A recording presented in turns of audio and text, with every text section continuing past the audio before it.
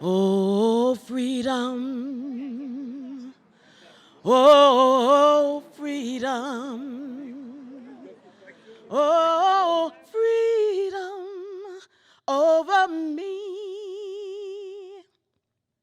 And before I'd be a slave, said I'll be buried in my grave, and I'll go home to my Lord, and I'll be free.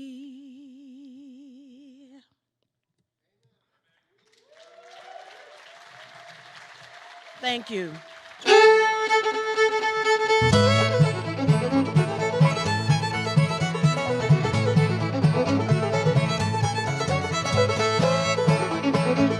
2021 marks the 100-year anniversary of coal miners and their families rising up against decades of injustice. So many folks have remembered this history in unique ways. There's been a People's Church event. We're at a Labor Day rally now. They recreated the Miners' March over 50 miles. We had walking tours, concerts, exhibits, so many ways that folks have taken pride in this history, which is really special for me as a kid that grew up in the coal fields. What the Centennial has been about is reclaiming the narratives that have been stolen from us. Mother hen is dangerous. Somebody had to come up and do it. You have to be brave, boys. You have to have courage. You've got to fight against these lying, stealing sons of a... I was thinking this morning, we started, the first time we did it was in 2000. Great thing about it is that this is a true story. You know, we're talking about something that really happened. Good afternoon. My name is William Sidney Hatfield. And I was born May the 15th, 1893. So we was walking up these steps, 10:30, August the 1st, 1921, and at least 12 people cut down on us, shot us in cold blood. We didn't have no guns. What's that? Sid Hatfield done got him a lawyer telling him what to say. Yeah, I got me a lawyer like any man. A UMWA lawyer, isn't he? I was shot once in the arm, 3 or 4 times in the chest, died immediately. Ed Chambers was mortally wounded, laying there, bleeding and dying with his wife with him. And C.E. Lively walked up and point blank shot him in the head. There's no doubt about that. 3 weeks later, the miners walked to Blair Mountain.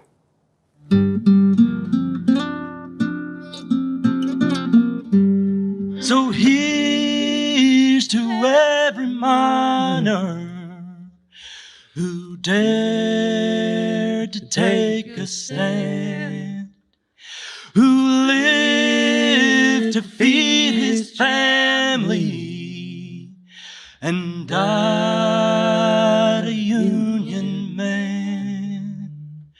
Which side are you on, boys? Which side are you on? We are reclaiming our identity by teaching this story because the miners and those that fought at Blair Mountain didn't control the narrative. And that's why when people think of the word redneck today, they think of something entirely different than what they would have thought of 100 years ago. And I began to hear these stories about how people that didn't know each other had to organize to come together and to tie this bandana around their necks showing we're a brotherhood, we're a solidarity. We are here on the same side, and it's the side of humanity. Thank you. We are locked in deadly combat with the honest workman's foe. We are fighting out the question, does the Union stand or go? With some to fight and some to work and furnish all the dough, we are sure to rout the foe. And so the people that were marching for Blair Mountain, when they were saying on to Mingo, they were fighting to set other people free. They weren't just fighting for themselves. That's kind of the meaning of solidarity, I believe. A holy uprising of sacred resistance in the coal fields has come. Rebirth is here, and we shall not be moved. And ain't nothing, ain't nobody going to turn us around now. Montani Semper Libri. In the name of the Creator, Redeemer, Sustainer God. Amen.